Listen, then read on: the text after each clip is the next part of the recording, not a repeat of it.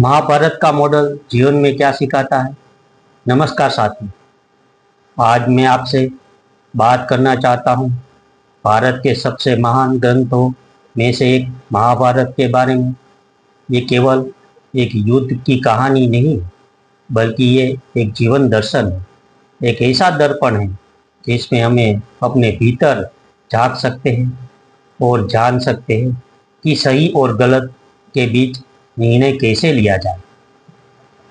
महाभारत हमें जीवन की जटिलताओं को समझने, निर्णय लेने की शक्ति विकसित करने और अपने अंदर छुपे अच्छाई बुराई को पहचानने की शिक्षा देता है। धर्म और अधर्म की पहचान महाभारत का सबसे बड़ा संदेश है। धर्म क्या है? युधिष्ठिर जो धर्म राजा कहलाते हैं, कई बार भ्रमित हुए कि क्या करना सही है।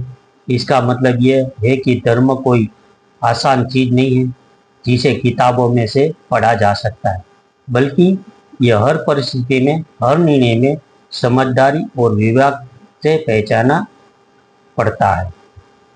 हमें सिखाया जाता है कि परिस्थितियां चाहे कैसी भी हो, अपने अंतर्मन की आवाज सुनकर सही फैसले लेना चाहिए। यही सच्चा धर्म है।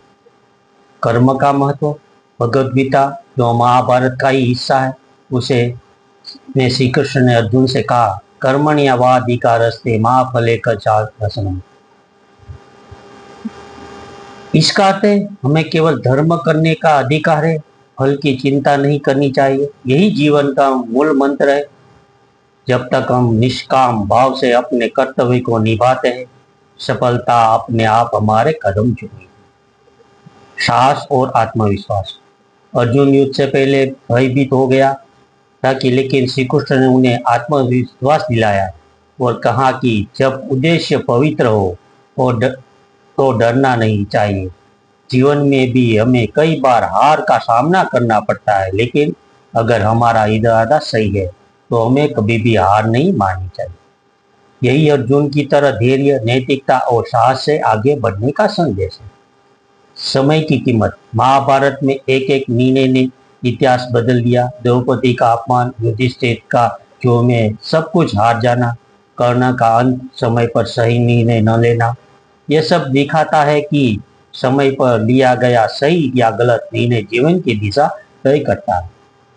इससे हमें यह सीख मिलती है कि हर पल की कीमत समझो और सोच समझ कर निर्णय लो। अहंकार का अंत निश्चित है। कौरवों की हार केवल इसलिए हुई क्योंकि वो अहंकारी थे। दुर्योधन को सत्ता का मोह और द्रोणाचार्य, भीष्म जैसे महान योद्धा भी मौन रह गए क्योंकि वे अपने कर्तव्य और मोह के बीच में फंसे हुए थे।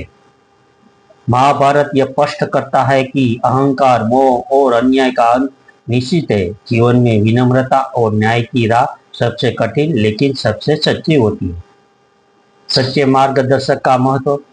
अर्जुन अकेले नहीं जीते, उनका साथ श्री कृष्ण थे। वो केवल साथी नहीं थे, वो अर्जुन की अंतरात्मा थे। यह हमें सिखाता है कि जीवन में एक सही मार्गदर्शक, एक गुरु या सलाहकार होना कितना जरूरी है। कोई भी युद्ध अकेले नहीं जीता जाता, चाहे वो कुरुक्षेत्र हो या जीवन का संग्राम। स्त्रियों का सम्मान। द्रौपदी का चरण महाभारत का सबसे दुखद दृश्य है। इसे महाभारत सिखाता है कि जहाँ स्त्री का अपमान होता है वह विनाश तय। ये आज भी उतना ही प्रासंगिक है। यदि हमें एक सभ्य और न्यायपूर्ण समाज बनाना है तो हमें स्त्रियों का सम्मान करना होगा। महाभारत कोई प्राचीन कहानी मात्र नहीं है, ये एक जीवन ग्रंथ है जो हमें हर मोड़ पर राह दिखाता है। इससे हमें हर पात्र, हर घटना एक शिक्षा है। हमें युधिष्ठिर की तरह धर्म, अर्जुन की तरह साहस और श्री कृष्ण की तरह विवेक और द्रौपदी की तरह आत्मसम्मान को जीना सिखाना होगा। साथियों, महाभारत हमें सिखाता है कि जीवन एक युद्ध भूमि है, लेकिन यह युद्ध हथियार का नहीं बल्कि संघर्ष, आत्मसंयम और नैतिकता का है।